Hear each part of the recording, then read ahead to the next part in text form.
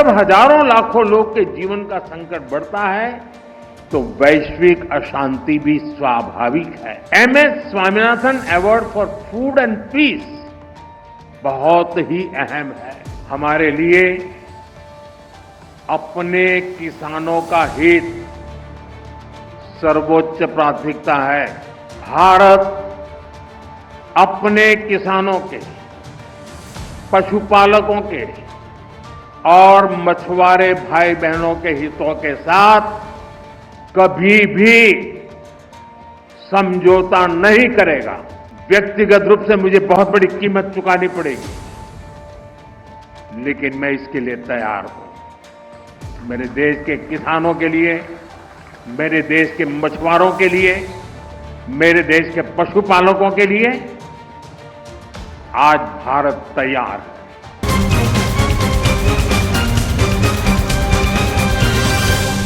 मंत्रिमंडल के मेरे सहयोगी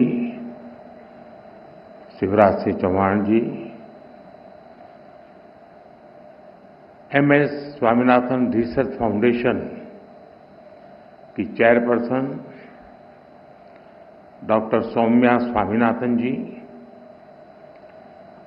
नीति आयोग के सदस्य डॉक्टर रमेश चंद जी, मैं देख रहा हूं स्वामीनाथन जी के परिवार के भी सभी जन यहां मौजूद है, उनको भी प्रणाम करता हूं। सभी साइंटिस्ट, अन्य महानुभाव, देवी और सज्जनों, कुछ व्यक्तित्व ऐसे होते हैं जिनका योगदान किसी एक कालखंड तक सीमित नहीं रहता, किसी एक भूभाग तक सीमित नहीं रहता। प्रोफेसर एमएस स्वामीनाथन ऐसे ही महान वैज्ञानिक थे, मां भारती के सपूत थे। उन्होंने विज्ञान को जन सेवा का माध्यम बनाया। देश की खाद्य सुरक्षा को, फूड सिक्योरिटी को उन्होंने अपने जीवन का ध्येय बना लिया। उन्होंने वो चेतना जागृत की जो आने वाली कई सदियों तक भारत की नीतियां और प्राथमिकताओं को दिशा देती रहेगी। मैं आप सभी को स्वामीनाथन जन्म शताब्दी समारोह की शुभकामनाएं देता हूं।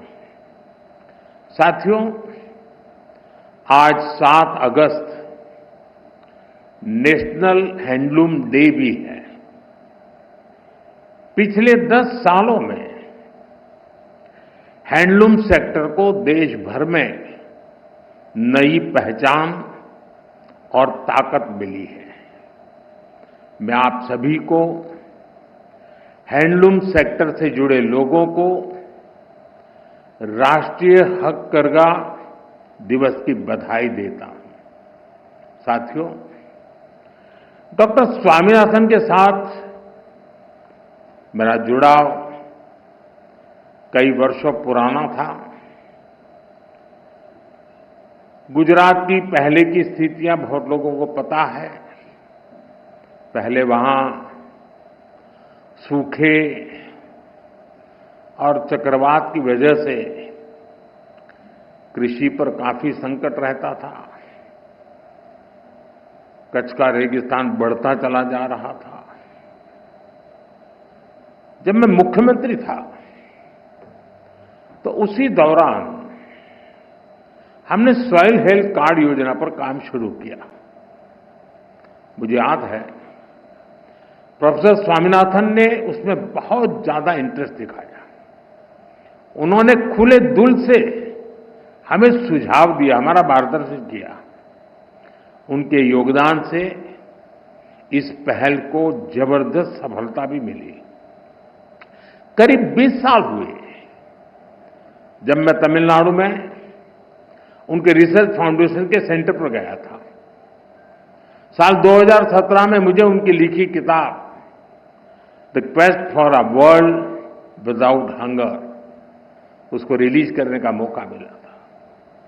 साल 2018 में जब वाराणसी में इंटरनेशनल राइस रिसर्च इंस्टीट्यूट के रीजनल सेंटर का उद्घाटन हुआ तो भी उनका मार्गदर्शन हमें मिला। उनसे हुई हर मुलाकात मेरे लिए एक लर्निंग एक्सपीरियंस होती थी। उन्होंने एक बार कहा था, science is not just about discovery but delivery. और उन्होंने इसे अपने कार्यों से सिद्ध किया। वो केवल रिसर्च नहीं करते थे बल्कि खेती के तौर तरीके बदलने के लिए किसानों को प्रेरित भी करते थे। आज भी भारत के एग्रीकल्चर सेक्टर में उनकी अप्रोच, उनके विचार हर तरफ नजर आते हैं। वो सही मायने में मां भारती के रत्न थे। मैं इसे अपना सौभाग्य मानता हूं कि डॉक्टर स्वामीनाथन को हमारी सरकार में भारत रत्न से सम्मानित करने का सौभाग्य मिला। साथियों, डॉक्टर स्वामीनाथन ने भारत को खाद्यान्न में आत्मनिर्भर बनाने का अभियान चलाया, लेकिन उनकी पहचान हरित क्रांति से भी आगे बढ़कर थी। वो खेती में केमिकल के बढ़ते प्रयोग और मोनोकल्चर फार्मिंग के खतरों से किसानों को लगातार जागरूक करते रहे।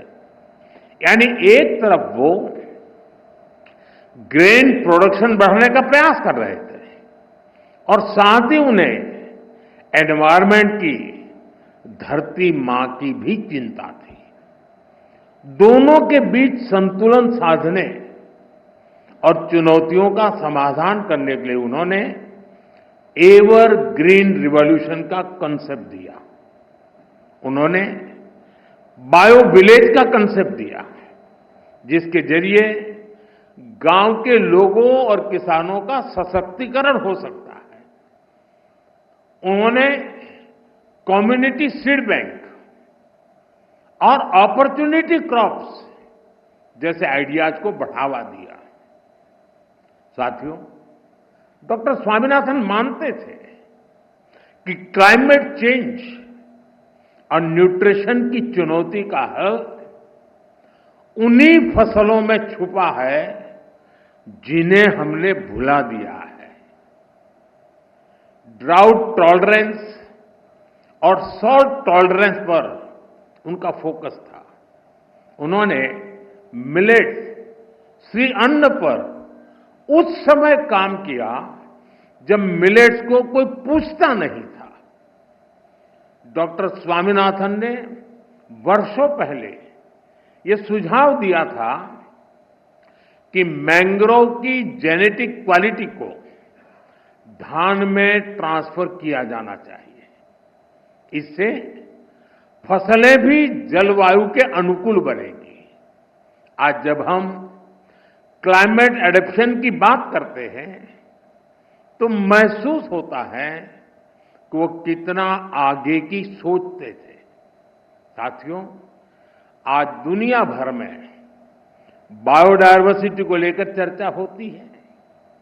इसे सुरक्षित रखने के लिए सरकारें अनेक कदम उठा रही हैं, लेकिन डॉक्टर स्वामीनाथन ने एक कदम आगे बढ़ते हुए बायो हैप्पीनेस का आइडिया दिया। आज हम यहां इसी आइडिया को सेलिब्रेट कर रहे हैं। डॉक्टर स्वामीनाथन कहते थे कि बायोडायवर्सिटी की ताकत से हम स्थानीय लोगों के जीवन में बहुत बड़ा बदलाव ला सकते हैं। लोकल रिसोर्सेज के इस्तेमाल से लोगों के लिए आजीविका के नए साधन बना सकते हैं। और जैसा उनका व्यक्तित्व था, अपने आइडियाज को वो जमीन पर उतारने में माहिर थे। अपने रिसर्च फाउंडेशन के द्वारा उन्होंने नई खोजों का लाभ किसानों तक पहुंचाने का निरंतर प्रयास किया। हमारे छोटे किसान, हमारे मछुआरे भाई बहन, हमारे ट्राइबल कम्युनिटी, इन सबको उनके प्रयासों से बहुत लाभ हुआ है। साथियों, आज मुझे इस बात की विशेष खुशी है कि प्रोफेसर स्वामीनाथन की विरासत को सम्मान देने के लिए MS Swaminathan award for food and peace शुरू हुआ है। ये इंटरनेशनल अवार्ड विकासशील देशों के उन व्यक्तियों को दिया जाएगा जिन्होंने फूड सिक्योरिटी की दिशा में बड़ा काम किया है। फूड एंड पीस, भोजन और शांति का रिश्ता जितना दार्शनिक है उतना ही प्रैक्टिकल भी है। हमारे यहां उपनिषदों में कहा गया है, अन्नम न निंद्यात् तद्व्रतम, प्राणो वा अन्नम शरीरम अन्नादम, प्राणे शरीरम प्रतिष्ठितम।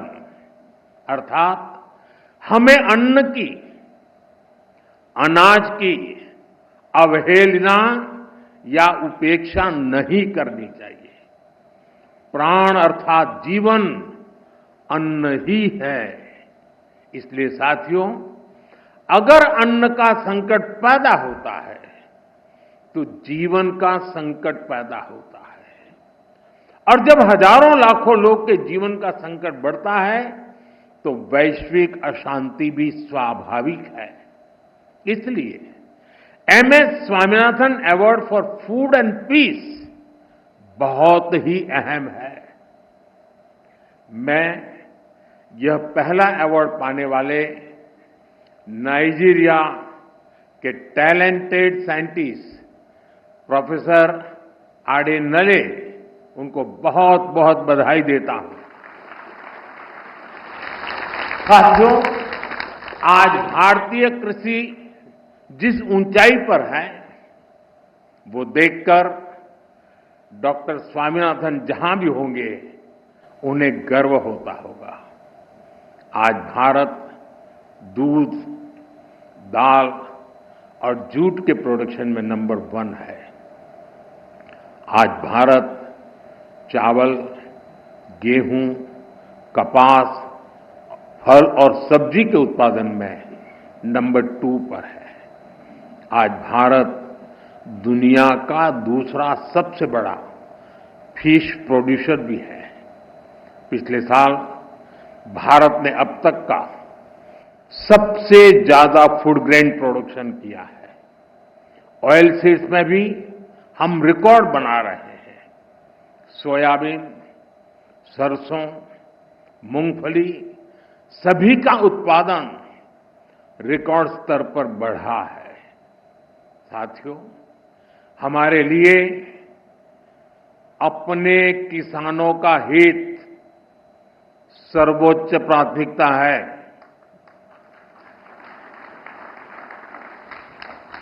भारत अपने किसानों के, पशुपालकों के और मछुआरे भाई बहनों के हितों के साथ कभी भी समझौता नहीं करेगा।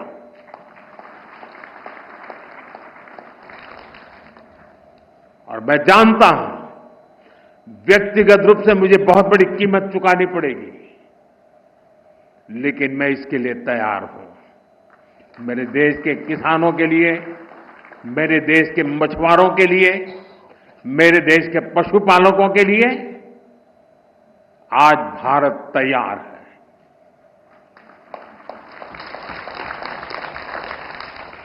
किसानों की आय बढ़ाना, खेती पर खर्च कम करना, आय के नए स्रोत बनाना, इन लक्ष्यों पर हम लगातार काम कर रहे हैं। साथियों, हमारी सरकार ने किसानों की ताकत को देश की प्रगति का आधार माना है। इसलिए बीते वर्षों में जो नीतियां बनी, उनमें सिर्फ मदद नहीं थी, किसानों में भरोसा बढ़ाने का प्रयास भी था।